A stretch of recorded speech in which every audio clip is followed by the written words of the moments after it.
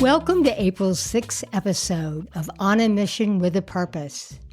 Today, April's interviewing a literary celebrity.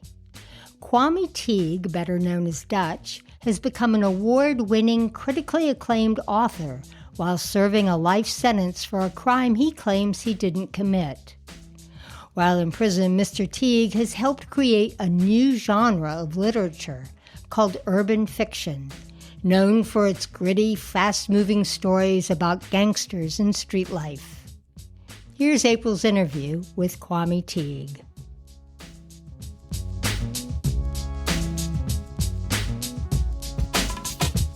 Correction or complaint procedures or to block future calls, dial.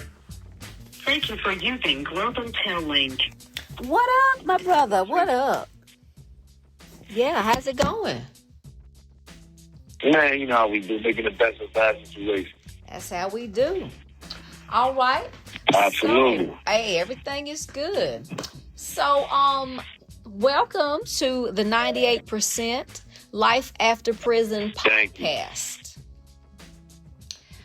My segments, absolutely, I appreciate this. Yes. Good to have you. It's going to be great. You are a very interesting guy, and I'm so glad that you agreed to let me interview you. My segments are called On a Mission with a Purpose, because there are people that do great things regardless of what they are, and I believe, and where they are, and I believe these people should be celebrated and highlighted. And so, could you tell me your name? Tell the world what your name is, sir.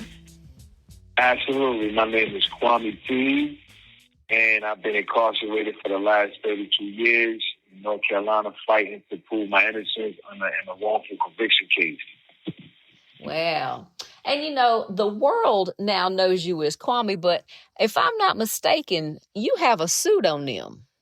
What is that pseudonym? Absolutely. My pen name is Dutch. For those that know that I was instrumental in kicking off what they call the urban lit genre, which kicked off, early 2000s, 2002, 2003. And along with Terry Woods and Shannon Holmes, we were the first ones to really establish that, not only from a writing point of view or publishing point of view, but we also put together the distribution, which was instrumental in having it spread, where it started in Harlem and then moved out from there. This call is from a North Carolina correctional facility. So, yeah, I've been hearing about Dutch. When I was on the inside, I used to read these books, and everyone would pass around all these books. I was like, Dutch this and the series, and everybody was talking about, you couldn't keep them off people's hands. They would damn near try to fight people if someone tried to keep one of these books that was written by this Dutch guy. So I came across. Absolutely, I know. Yeah, I'm telling you, I'm well sought after author. And while I was in, I began to write. That was always a thing for me. I like to journal, and journaling was a way to just help me stay in tuned and, just decompress. So I kept that as I went to prison, and I began to write myself. And as I began to publish, I came across a publisher where I think you had published one of your books, or he was a friend of yours. And that's how I came across him. And so the Sure Shot is the one I'm going to give a shout out to Sure Shot, because they have been around forever. And they really are a wonderful publication. They really promote a lot of positivity for the incarcerated population, and they're really cool people. So when I came across Sure Shot, he was like, yo, you got to talk to my friend Dutch, because they have this New York accent. And, as y'all can hear, I have nowhere near a New York accent. And so... So this is where I was introduced to Mr. Kwame Dutch. And, he's just been a wonderful, wonderful man so far. So I want to know, Dutch, why is it that you continue to use your craft while fighting for your freedom? You're innocent, man. That's got to be like a constant battle, like an inner turmoil. Like, why would I continue to promote positivity when the world's not seeing who I am? Why do you keep going? Well, I mean, when you wake up every morning with no light at the end of the tunnel, right? When you live in a state of perpetual darkness, the only light that you're going to have is the light that you are, right? And if you can't be that light, then there is no light. And so there's no doubt that I have to continue to go. I have to keep going for my grandkids. I have to keep going for my mother. I have to keep going for my wife. I have to keep going for my sister. I have to keep going for the people that I know count on me, that look to me to say, if he can make it, then I can make it. Because if I don't make it, then they'll look at their situation even grimmer. And so I have these things, this purpose in my life, that these individual lives are just important, if not more important than mine. So freedom is absolutely a must, but it is not my be-all, end-all. My be-all, end-all is being able to free as many as I possibly can. And I just, like I said, continue to fight for my own freedom as well. Yeah, that's deep. So you've even won some awards. Tell me about some of your greatest accomplishments as far as some of your writings are concerned. Well, basically, one of them that is really, really good in my heart is the movie that I just dropped. Well, I've got several movies on BT Plus, Hulu, Tubi. I've got Dutch 1, Dutch 2, Dutch 3, Imani, Legacy, the series, Angel series. I've got several, Cream on Tubi, but the one that's nearest to my heart is a movie called Sin that is out right now. And it stars, one of the stars is the late Louis Gossett Jr. And for those who may not know, Louis Gossett Jr. was an Oscar-winning actor. He was in Officer and the Gentleman. He was in Daddy's Little Girl. That was one of the, and he's actually in the last Color Purple. I mean, the remake of the Color Purple. So my film, Sin, was one of his last movies that he did. And he shot this movie, basically, the union, the film union is called SAG, which is the Screen Actors Guild. And anybody who, if they're going to do a major production, it has to be union. The crew has to be union, the actors union, and so forth, so on. And because of that, they have a base pay, which is called scale, which to us would be minimum wage. And he loved this movie so much. He loved the script so much that he actually agreed to do it for scale. He plays a blind painter that does not paint what you see. He paints what he sees, right? And he like I said, he's a blind painter. He loved the role so much that he asked Stevie Wonder how to be blind, right? And so to me, when he took that on and told me how much he loved that script, after growing up watching him in all these movies and knowing the legacy that he represented, man, that touched me to my heart for real. Yeah. Wow. Yeah, that's something doesn't happen but once in a lifetime, to be sure. Yeah, for real. So do you definitely a testament to my ability, and I took it humbly, and it inspires me to continue to strive for more. Yeah. Have you ever written anything policy-wise or anything to try to help change the laws or anything? Have you done anything like that? Well, what I've actually done is I've helped establish several nonprofits. One of them. This call is from a North Carolina correctional facility.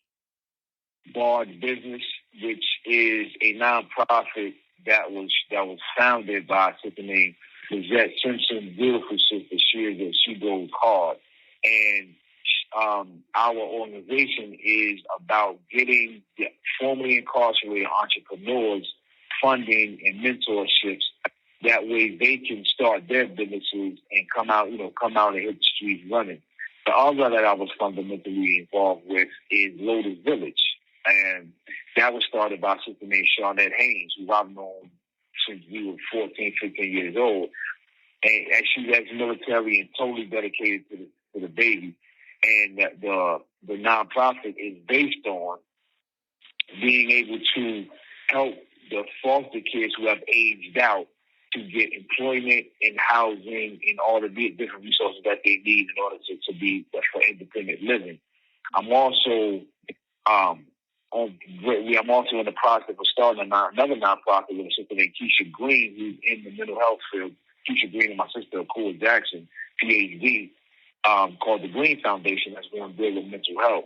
So I'm constantly striving to find ways to impact the community in positive ways. Specifically for policy, I think, politics has a lot to do with having a grassroots support system, and that's where I'm at right now. I'm not really starting from the top down. I'm really trying to build it grassroots up. And then from there, hopefully we'll be able to have relationships with individuals that can change laws and change reality.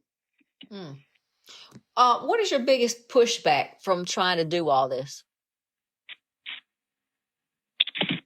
My biggest pushback is myself. You're going to go through the natural progressions of obstacles. Being incarcerated, having to deal with the phone rates. We're paying out the load for the phone, or the phone's not working today, or the tablet's not working today, or the slow mail, and now they charging 80 cents a stamp. Being at camps where it's not conducive to growth, to rehabilitation. It's just a warehouse, and they want to keep it that way. They want to be sadistic. They want to be sadistic. They want to be oppressive. You deal with that on a daily basis, but I'm a firm believer that your greatest enemy is yourself. Right? Jesse Jackson once said, "It may not be your fault that you're down, but it's your responsibility to get up." And I live that every day. I don't let other individuals or other circumstances or even unforeseen circumstances to become an obstacle to what I'm trying to achieve. If it's a setback, so be it. But I'm going to continue to find a way to implement my determined idea. Okay. Is there anything that you're working on that we can kind of get behind to help you pursue your release? Right. The main thing, like I said, the biggest thing, and this is going to sound, not necessarily, I don't want to say counterintuitive, but it's going to sound a little bit awkward coming from somebody who's incarcerated fighting for its freedom. But the biggest thing that I really want to push now is the movie Sin. And the reason why that I want to push it is not only is it a good film as from the story, but it's inspired by a song called The Art of Storytelling by Outkast. It's probably maybe 10 years old or better. And in that song, he talks about a little girl named Sasha Thumper. And he speaks of it as, he knew her when he was little. I don't know if it's a true story or what. But they were little, they were 7 years old, they laying on the grass looking up at the sky, and he asked her, "What do you want to be when you grow up?" And she said, "Alive." Right? And that just resonated with me all through. Like, for a child for her situation, her just to be so hard that all she really wanted to do is be alive when she grew up.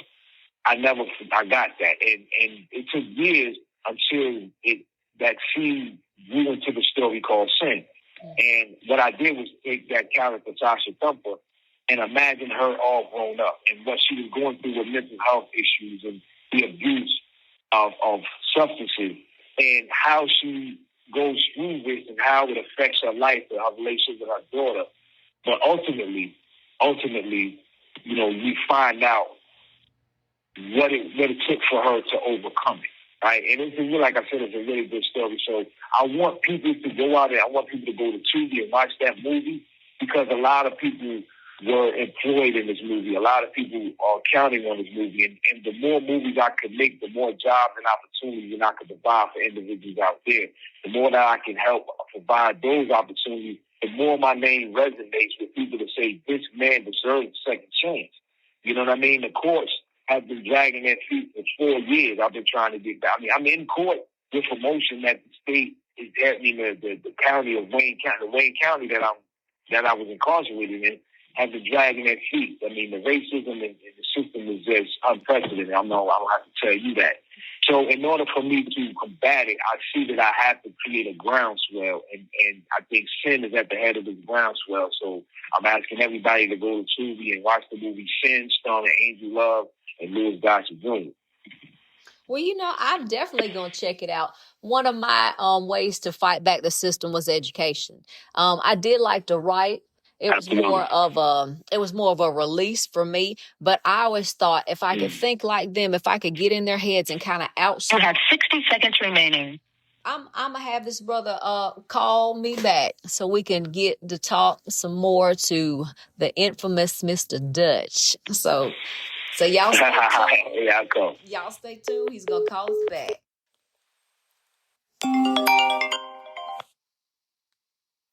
You have a prepaid call. You will not be charged for this call. This call is from Kwame Teague. an inmate at Nash Correctional Institution. This call will be monitored and recorded for customer assistance, collection, or Thank you for using Global Tel Link. All right.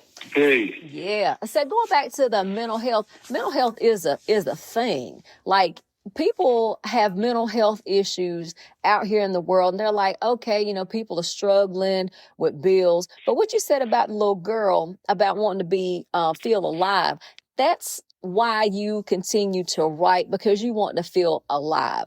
I know that when you're in, you often feel like you are just existing, that you're not living. And writing, as well as my education, it gave us a sense of being alive. So I get totally why you do that. Right, and I don't deal with any religion or I deal with a culture, and the culture that I deal with is very proactive, and it's really about creating meaning in your own life, right? So the circumstances should never define you, right? Whether you're a billionaire or a bum on the street, the circumstances should never define you. And because of that, you have to find ways to define yourself. And like you said, through education, through bettering your mind, through bettering your body with the exercise and staying healthy, staying in groups or staying connected to people in here and out there who are positive and innovators and go-getters and those who inspire and know how to inspire greatness and know how to be inspired by greatness. So all of these things, for me, my life is enriched through that, right? So I see myself as living. I see myself as true and living because the way that I live is being implemented on a daily basis. Yeah, most definitely.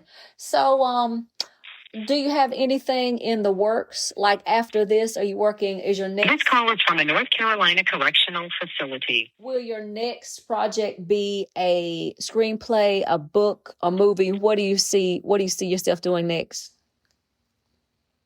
Well, we've always got, I produce more movies than I actually write. Really, I've got several movies that I produced that I didn't write. I'm producing movies, and at the same time, of course, I'm working on another book. And this book right here is going to do. It's called The Official Life Story of Dutch. It's not a sequel to Dutch. It's really expanding upon who Dutch truly was. And that way, people can get an insight into where the character came from and all of the things that made that up. And so I'm putting that together, as well as I'm really struggling. Well, not struggling. I'm really trying to put together an art institute for kids. I think that we need institutions, period, right? Our community needs institutions because that's what constitutes a community, right? That continuity of institutions. Mm-hmm. But we need an institute that teaches kids to think and not just do. One of the problems with the school system is we're turning out parrots, right? We're not turning out original thinkers. And the school system was never designed for that. The school system was designed to create workers, right? People to work in their system agriculturally at one time because, the school year is pretty much set up around agriculture, right? Because after the harvest, you went back to school, and then when the harvest come in, you went out. And that just was implemented and followed since the beginning of time. It has never been changed except for, here and there. So we need schools that are going to provide, that are going to create thinkers. And the way we do that is by showing kids how to do what they already want to do. They want to make movies, they want to make music, they want to play sports. Okay, can you think movies? Can you think music? Can you think sports? And we have to show them that there's a deeper level than being on the field or in front of the camera. It's about constructing an infrastructure from behind the camera and from off the field. And so that's what my goal is. That's like my lifetime goal is to put together this art institute that teaches kids how to think. Cool. That's deep. That once again, that is cool. Is there anything that you want the audience of the world to know that we haven't discussed about who Kwame is? What I want the world to know about myself is, like I said earlier, is that I've accomplished a lot of things, but my life is not about what they say I've done or what I've accomplished. It's about what I can accomplish, given a second chance. I deserve that shot, right? Because of the fact that I want to contribute to society. My freedom is not necessarily about me being able to sit on the porch at night or any of these things. I want to hold my mother before she passes away from this earth again.